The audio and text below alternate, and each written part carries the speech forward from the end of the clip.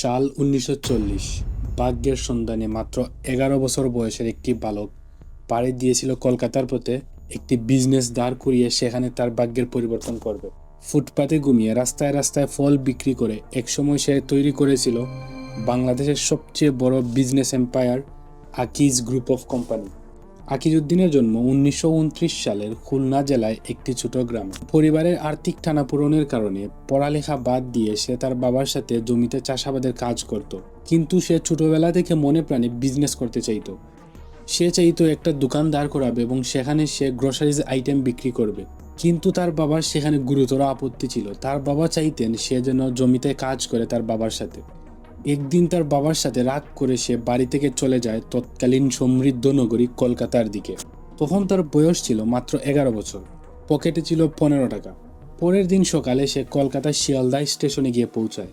সেখানে পৌঁছানোর পর চতুর্দিকের ক্রাউড দেখে সে হতভম্ব হয়ে যায়, কারণ সে গ্রাম থেকে উঠে এসেছে এবং তার শহরের জীবন সম্পর্কে কোনো ধারণা ছিল না, এবং এই শহরে তার পরিচিত কোনো মানুষ ছিল না যার কাছে সে আশ্রয়ের জন্য যাবে।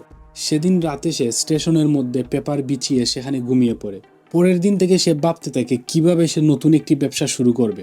তারপর সে তার সাথে থাকা ১৭ টাকা থেকে ১২ টাকা দিয়ে ৩ জুড়ি কমলা নিলামে কিনে এনে এবং সেগুলোকে খুচরা দামে বিক্রি করতে থাকে, এবং সেখান থেকে তার কিছু টাকা মুনাফা হয়।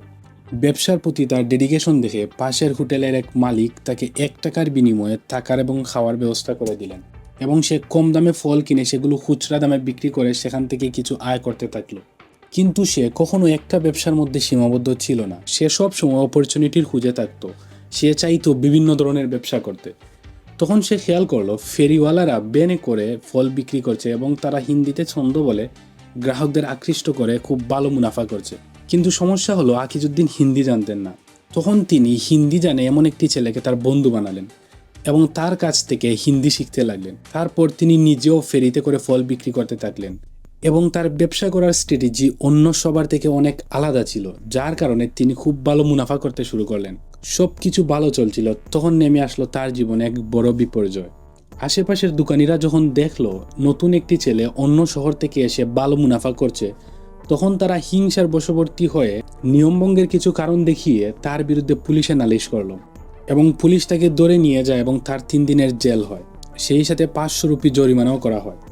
জেল থেকে ছাড়া পাওয়ার জন্য তার অনেক টাকা খরচ হয়ে যায়, এবং সে তার দোকান ২২০০ রুপিতে বিক্রি করে দেয়। এবং জেল থেকে বের হওয়ার পর সে চাইলেও তখন সেই জায়গায় ব্যবসা করতে পারতো না, এবং সে নতুন অপরচুনিটি খুঁজতে লাগলো। তখন তার সাথে পরিচয় হয় পেশওয়ারের এক ব্যবসায়ীর। তিনি আকিজউদ্দিনের সততা এবং নিষ্ঠার কথা জানতেন।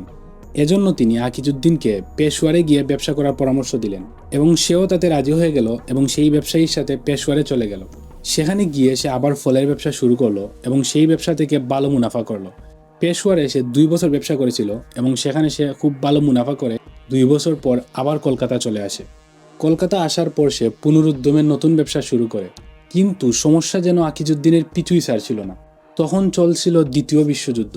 দ্বিতীয় বিশ্বযুদ্ধের প্রভাবে সব জায়গায় ব্যবসার মন্দা চলছিল, এবং সে সিদ্ধান্ত নিল সে কলকাতা থেকে দেশে ফিরে আসবে। বহু বছর পর ১৯৪৫ সালে সে দেশে ফিরে আসে। অনেক দিন পর দেশে ফিরে আসায় তার পরিবার অনেক খুশি ছিল। কলকাতায় ব্যবসার অনেক সুযোগ সুবিধা এবং সম্ভাবনা রয়েছে বলে সে তার পরিবারকে রাজি করায় তার সাথে কলকাতা যাওয়ার জন্য। কিন্তু কলকাতায় যাওয়ার মাত্র কয়েকদিন আগে তার বাবা মারা যান। তখন সে সিদ্ধান্ত নিল কলকাতা না গিয়ে গ্রামের মধ্যে একটা ব্যবসা শুরু করবে, এবং সে গ্রামের মধ্যে একটা গ্রোসারি শপ শুরু করে। গ্রামে সে খুব ভালো ব্যবসা করছিল।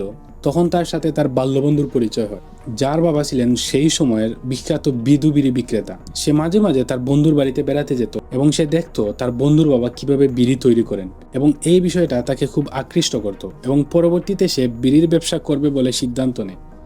এর কিছুদিন পর তার মা মারা যান এবং সে বিয়েও করে ফেলে। তারপর সে খুলনার বেজারডাঙ্গা স্টেশনের পাশে একটি গ্রোসারি শপ দেয়। কলকাতা থেকে নিয়ে আসা ৮,০০০ টাকার মধ্যে তার কাছে ৫,০০০ টাকা অবশিষ্ট ছিল। সেই ৫,০০০ টাকা ব্যবসা করে সে কিছুদিনের মধ্যে ৩০,০০০ টাকা মুনাফা করে। কিন্তু অনেক দিন থেকে তার মাথার মধ্যে বিড়ি নিয়ে ব্যবসা করার পরিকল্পনা ঘুরছিল, কারণ সে দেখতে পায় সেখানে কম খরচে বেশি মুনাফা অর্জন করা সম্ভব। সে বিভিন্ন জায়গা থেকে উন্নত মানের তামাক সংগ্রহ করে সেগুলো দিয়ে নিজ হাতে খুব যত্ন সহকারে পাতার বিড়ি তৈরি করত, এবং সেগুলো তার বন্ধুদেরকে দিয়ে টেস্ট করাতো। উন্নত মানের তামাক এবং খুব যত্ন সহকারে বানানোর জন্য তার বিড়ির স্বাদ এবং গন্ধ অন্যান্য প্রচলিত বিড়ির থেকে উন্নত ছিল, যার ফলে খুব কম সময়ের মধ্যে তার গ্রাহকের পরিমাণ অনেক বাড়তে থাকে এবং সে সিদ্ধান্ত নেয় তার গ্রোসারি শপের উপরের তলায় সে বিড়ির ফ্যাক্টরি শুরু করবে। কিন্তু সমস্যা ছিল, খুচরা ব্যবসায়ীদের সাহায্য ব্যতীত এই লেভেল ছাড়া বিড়ি সে খুব বেশি বিক্রি করতে পারবে না। তখন তার বিক্রি বৃদ্ধি করার জন্য সে নতুন একটি কৌশল অবলম্বন করলো।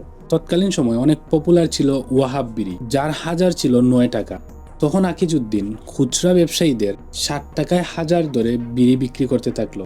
আকিজউদ্দিনের তৈরি করা বিড়ি উন্নত মানের তামাক দিয়ে তৈরি করার জন্য অন্যান্য প্রচলিত পাতার বিড়ি থেকে স্বাদে গন্ধে বেশ ভালো ছিল এবং গ্রাহকরা আকিজউদ্দিনের বিড়ি পছন্দ করতে শুরু করলো। এবং খুচরা ব্যবসায়ীরাও কম দামে কিনতে পারার জন্য তারাও বেশি বেশি করে আকিজউদ্দিনের তৈরি করা বিড়ি কিনতে লাগলো। এভাবে তার ব্যবসা বাড়তে লাগলো।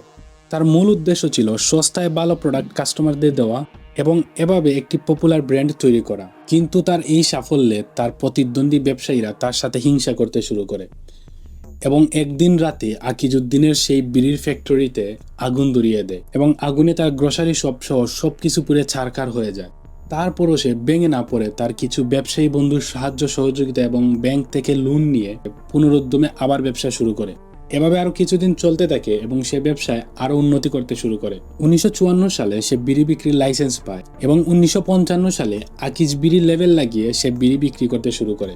কিন্তু সে কখনোই একটা ব্যবসার মধ্যে সীমাবদ্ধ ছিল না। সে খেয়াল করলো যে তাদের এলাকায় প্রচুর পরিমাণে ধান এবং গম উৎপন্ন হয়। তখন সে গ্রামীণ কৃষকদের কাছ থেকে পাট, গম এগুলো খুচরা মূল্যে ক্রয় করে শহরে বেশি দামে বিক্রি করতে শুরু করে এবং সেখানে তার অনেক বেশি প্রফিট হয়। সেই সময় তার পরিচয় হয় মোহাম্মদ আলী নামের একজনের সাথে, যে ছিল যশোরের সবচেয়ে বড় জুট মিল ক্রিসেন্ট জুট মিলের মালিক।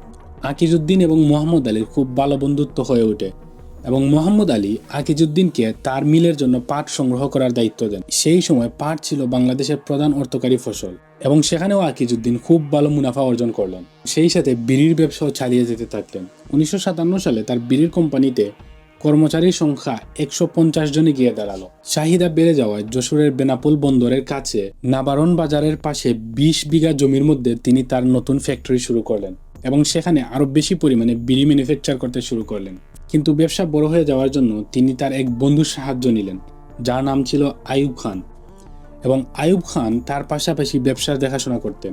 কিন্তু কিছুদিন পর আইয়ুব খান ব্যবসার অনেকগুলো টাকা নিয়ে পালিয়ে যান এবং তার কিছুদিন পর ভারত পাকিস্তানের মধ্যে যুদ্ধ শুরু হয়। তখন বাংলাদেশ এবং পাকিস্তান একটি রাষ্ট্র ছিল এবং যুদ্ধের কারণে পাকিস্তান থেকে ভারতে সব ধরনের পণ্য সরবরাহ বন্ধ হয়ে পড়ে এবং ব্যবসায় অনেক মন্দা চলতে শুরু করে।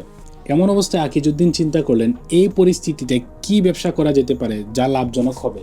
যুদ্ধের কারণে বেনাপোল অঞ্চলের সিংহভাগ হিন্দু ভারতে স্থানান্তরিত হতে শুরু করে এবং সেই হিন্দুদের জিনিসপত্র আকিজউদ্দিন ক্রয় করতে শুরু করেন এবং সেগুলো পরবর্তীতে নিলামে বিক্রি করে তিনি প্রায় 15 লক্ষ টাকা লাভ করেছিলেন, যা বর্তমান সময়ে ইনফ্লেশনের হিসাবে চিন্তা করলে প্রায় 200 কোটি টাকার সমান।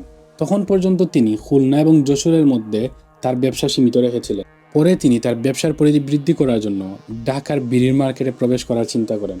ঢাকার মার্কেট ধরার জন্য তার ছিল সুনির্দিষ্ট পরিকল্পনা। প্রথমে তিনি তার এক সহকারীকে ঢাকায় পাঠিয়ে দিলেন সেখানে প্রচলিত সব ধরনের বিড়ির তামাকের স্যাম্পল সংগ্রহ করার জন্য। সেই সময় ঢাকায় সবচেয়ে পপুলার বিড়ির কোম্পানি ছিল আজিজ বিড়ি এবং বহুল প্রচলিত আজিজ বিড়ি থেকে হাজারে 2 টাকা কম রেখে তিনি খুচরা ব্যবসায়ীদের আকিজ বিড়ি দিলেন এবং আকিজ বিড়ি স্বাদে গন্ধে অন্যান্য বিড়ি থেকে উন্নত হওয়ার জন্য ধীরে ধীরে গ্রাহকদের আকৃষ্ট করতে শুরু করে এবং তিনি পুরো সাপ্লাই চেইন নিজের আয়ত্তে রাখার জন্য মাঝখানে কোনো মিডলম্যান ব্যবহার করেন না। এবং যশোর থেকে যাতায়াত ব্যবস্থা সুনির্দিষ্ট করার জন্য তিনি কয়েকটি ট্রাক কিনলেন এবং সেগুলোতে আকিজ বিড়ি নামের ব্যানার টাঙিয়ে দিলেন।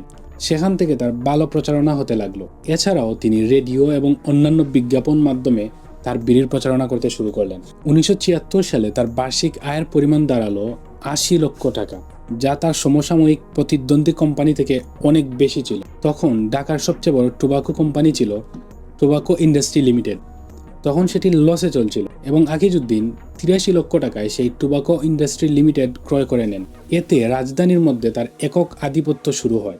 শুরু থেকেই ব্যবসাকে সম্প্রসারণ করা তার নেশায় পরিণত হয়েছিল। তিনি একে একে Akij cement, Akij textile, Akij plastic সহ অসংখ্য ব্যবসা প্রতিষ্ঠান গড়ে তুলেছেন। তামাক থেকে শুরু করে খাদ্য সামগ্রী নির্মাণ, শিক্ষা, স্বাস্থ্য ব্যবস্থা সব সেক্টরে তার ব্যবসায়িক সমৃদ্ধি ছড়িয়ে পড়ে। তিনি শুধু ব্যবসায়ী ছিলেন না, তিনি অনেক মানবিক একজন মানুষও ছিলেন।